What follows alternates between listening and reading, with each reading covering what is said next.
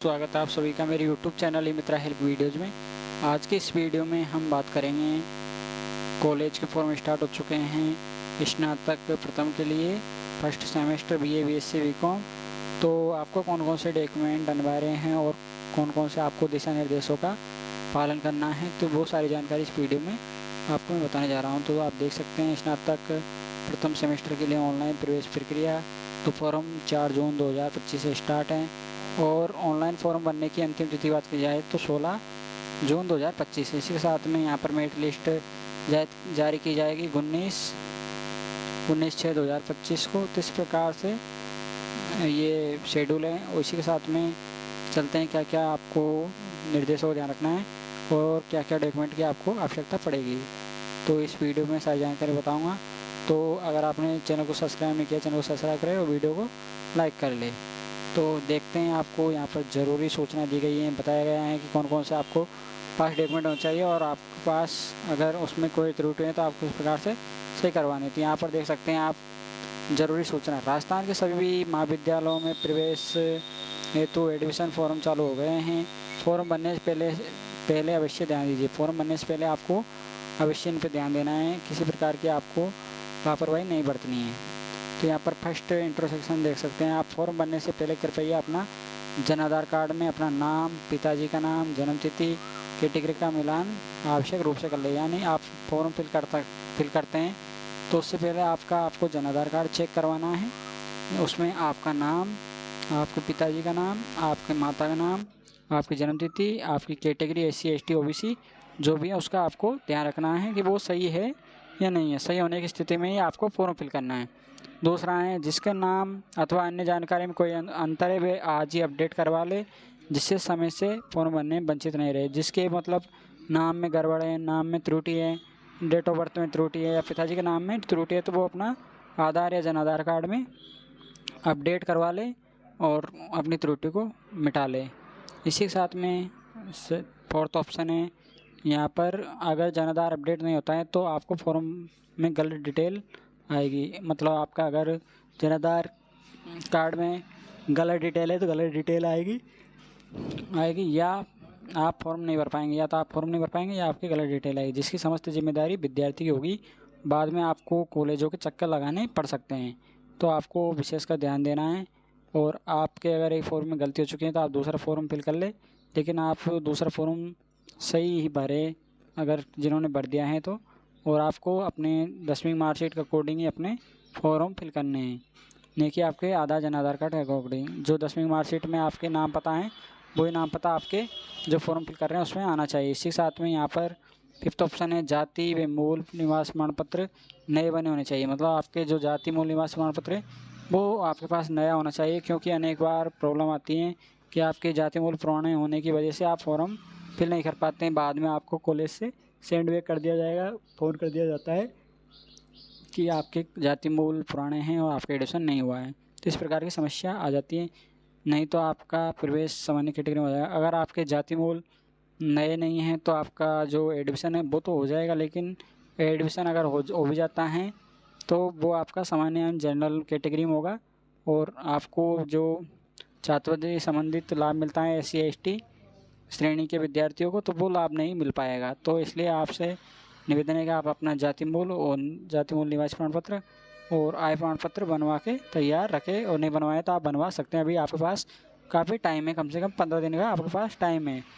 तो इस प्रकार से समस्त जिम्मेदारी आपकी होती हैं। आप किसी प्रकार की लापरवाही या गलती नहीं करनी है। आपको नए डॉक्यूमेंट लगाने हैं और नाम पता में आपको किसी प्रकार की त्रुटि होने पर उसको सही करवा लेना है। इसी के साथ में फॉर्म भरने के लिए क्या क्या ज़रूरी दस्तावेज हैं वो देख सकते हैं आप। तो फॉर्म भरने के लिए सर्वप्रथम ज़रूरी दस्तावेज है जन आधार कार्ड। आपके पास जन आधार कार्ड होना अनिवार्य है।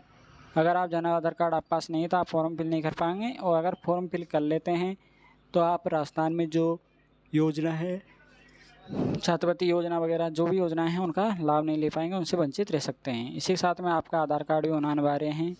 आधार कार्ड आपका जन आधार कार्ड में शेडिंग होना अनिवार्य है। KYC भी जन आधार कार्ड की होनी चाहिए। इसी के साथ में मार्कशीट 10वीं और 12वीं के आपके पास होना अनिवार्य है। ओरिजिनल मार्कशीट इसमें मांगी जाती है, तो ओरिजिनल मार्कशीट आपकी होना अनिवार्य है। इसी के साथ में आय प्रमाण पत्र आपको 4 पेज का बनवा लेना है। आय प्रमाण पत्र आपको आपके पिता के नाम से या माता के नाम से, पिता नहीं है तो माता के नाम से आपका आय प्रमाण पत्र बनवा लेना है। आय प्रमाण पत्र के साथ में यहाँ पर जाति वो मूल निवास प्रमाण पत्र की मैंने बता दिया था कि इसकी भी आपको आवश्यकता पड़ती है। जाति और मूल निवास के अभाव में आप अलग श्रेणी में आपका एडमिशन हो जाएगा। जनरल श्रेणी में आप SC ST श्रेणी OBC श्रेणी में आवेदन नहीं कर पाएंगे। इसी के साथ में बैंक पासबुक, आपके पास आपका स्वयं का एक बैंक का पासबुक होना चाहिए, मतलब आपका खाता खुला होना चाहिए। अगर नहीं खुला है तो आप संबंधित बैंक BC या बैंक में जाकर अपना खाता खुलवा सकते हैं। विद्यार्थी फ़ोटो, विद्यार्थी का एक फ़ोटो इसमें अनिवार्य हैं जो फॉर्म भरते टाइम अपलोड होता है।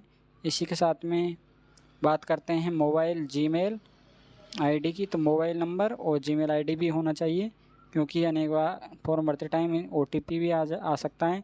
तो आपके आधार में लिंक मोबाइल होना अनिवार्य है और Gmail होना अनिवार्य है। Gmail आपकी बनी नहीं हो तो वो आपके जहाँ पर आप फॉर्म फिल करवाते हैं वहाँ पर आपकी बना दी जाती है।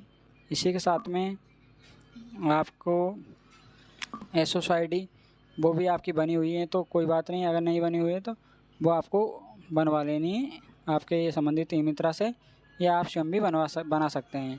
तो इस प्रकार से ये समस्त डॉक्यूमेंट आपके पास होने चाहिए और तभी जाके आप आपका फॉर्म फिल कर सकते हैं। हार्ड कॉपी आपको फॉर्म फिल करने के पश्चात मिलती हैं। इसी के साथ में आपको ये सारे डॉक्यूमेंट की फ़ोटोकॉपी एक फ़ोटोकॉपी करवा लेनी है और साथ में आपको TC और CC बाद में इसमें आवश्यकता पड़ती है जब भी आप हार्ड कॉपी जमा करवाते हैं।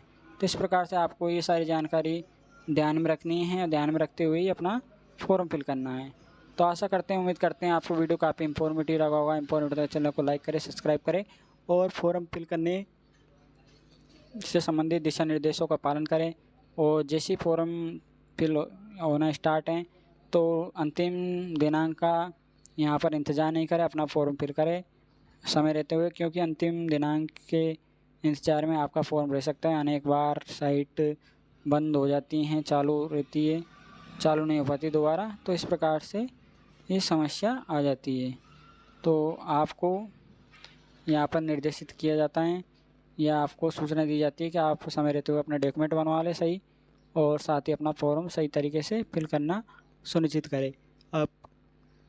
आप फॉर्म फिल करते हैं तो आप फॉर्म फिल करने से पूर्व अपनी सारी जानकारी अच्छे से चेक कर लें, क्योंकि मित्र वाले की जिम्मेदारी नहीं होती है, वो अनेक कामों में व्यस्त होता है। व्यस्त होने के कारण उसका माइंड एक जगह सेटअप नहीं होता है, तो वो आपके फॉर्म में गलती कर सकता है। आपको स्वयं की जिम्मेदारी से ही अपना फॉर्म का मतलब चेक करना है। फॉर्म फिल करते समय सावधानी पूर्वक अपना फॉर्म चेक करना के और सबमिट करवाना है या सबमिट करना है। तो इस प्रकार से आप 16 जून 2025 तक अपना आवेदन करना सुनिश्चित करें, क्योंकि अभी बहुत ज़्यादा टाइम दिया गया है, तो आप अपना फॉर्म समय देते हुए फिल करें। तो दोस्तों, आपको वीडियो काफ़ी इंफॉर्मेटिव लगा होगा कि आप ये डॉक्यूमेंट लेकर आपके मित्र पर जाए या आप स्वयं इनको आपके पास रख के कलेक्ट करके और आपका फॉर्म फिल कर सकते हैं। आपके जितने भी डॉक्यूमेंट अपलोड हो गए, कैटेगरी सर्टिफिकेट, जाति सर्टिफिकेट